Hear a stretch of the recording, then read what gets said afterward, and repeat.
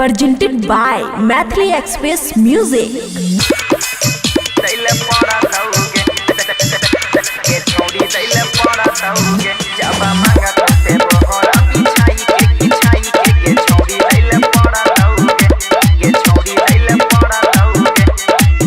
खुशी recording studio बलुआहा।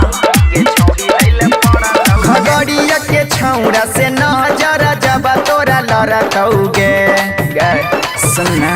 हाँ हाँ खगड़िया के छौरा से नजर जब तोरा लड़कौगे जब मांगत ते बोहरा बिछाई के गे छौड़ी दैल पड़तौगे जब मांगत ते बोहरा बिछाई के गे छौड़ी दैल पड़तौगे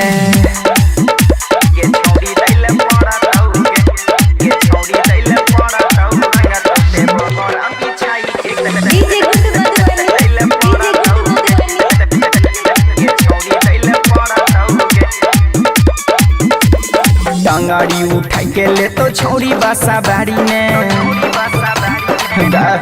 सुन टंगाड़ी उठाई के ले तो छौरी बासा बाड़ी में ले तो पैस के गे छौरिया का बाड़ी में लाहे से लुहटी है मेच नहीं छौरी पड़तौगे जब मांगत ते बोहरा बिछाई के गे छौरी दैल पड़तौगे जब मांगत ते बोहरा बिछाई के गे छौरी दैल पड़तौगे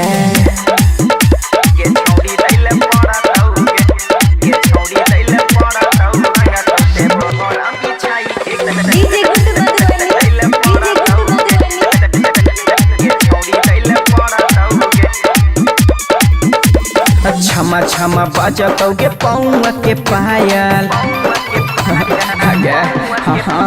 क्षमा क्षमा बजतौगे पौआ के पायल लाहे से करतौगे होई तो नहीं घायल राइटर रामा के सखी सना लाल धरतौगे जब मांगत ते बोहरा बिछाई के गे छौड़ी दैल पड़तौगे जब मांगत ते बोहरा बिछाई के गे छौड़ी दैल पड़तौगे नहीं समझली गे चुम्मा कहत रहियो। खुशी रिकॉर्डिंग स्टूडियो बलुआहा।